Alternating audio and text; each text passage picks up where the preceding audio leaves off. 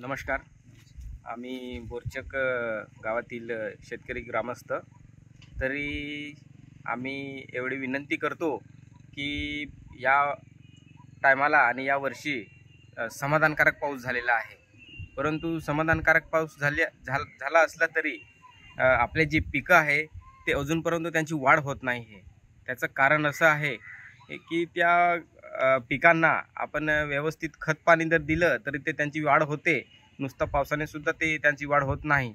म्हणून ते जी युरिया आहे, दुसरं खत आहे ते टायमावर भेटत नाही. आणि सध्या ती अशी परिस्थिती आहे खानबाऱ्यात की युरिया खतच उपलब्ध नाही आहे. तरी शासनाला मी एवढी विनंती करतो की जे कृषी अधिकारी आहे त्यांना मी विनंती करतो की ते युरिया खताचं जो तुटवडा झालेला आहे तो भरून काढावा आणि शेतकऱ्यांजवळ या अधिकाऱ्यांनी यावं अशी मी त्यांना विनंती करतो. आणि आमची जी युरियाचं तुटवडा झालेला आहे तो त्यांनी लक्ष द्यावं त्यांच्याकडे अशी मी शासनाला विनंती करतो. नमस्कार. आम्ही खांडबारा परिसरातील बोरचक येथील शेतकरी आहे. तर या वर्षाचा जो पाऊस आहे तो समाधानकारक आहे, परंतु पिकाला आणि जमिनीला नत्राची गरज असते. मिश्र खतं दिलेली आहे पण युरिया उपलब्ध नसल्यामुळे पिकांची वाढ होत नाही. आणि आता 1-2 दुकानात जे युरिया भेटतं आहे त्याला पण मिश्र खतं घ्यावं लागतं तेव्हाच ती बॅग मिळते.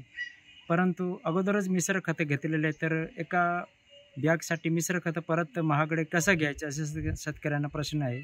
आणि शेतकरी वणवण फिरतोय पण जी पीक कालावधीचा युरिया खत देण्याची कालावधी आहे तो निघून गेलेला आहे आणि त्यामुळे वाढ होत नाही. वेळेवर उपलब्ध झाले तरच ते वाढ होते अशी पिकाची अवस्था आहे. तरी शासनाला विनंती आहे आम्हाला परिसराला शेतकऱ्यांना युरिया खत उपलब्ध करून द्यावे ही नम्र विनंती.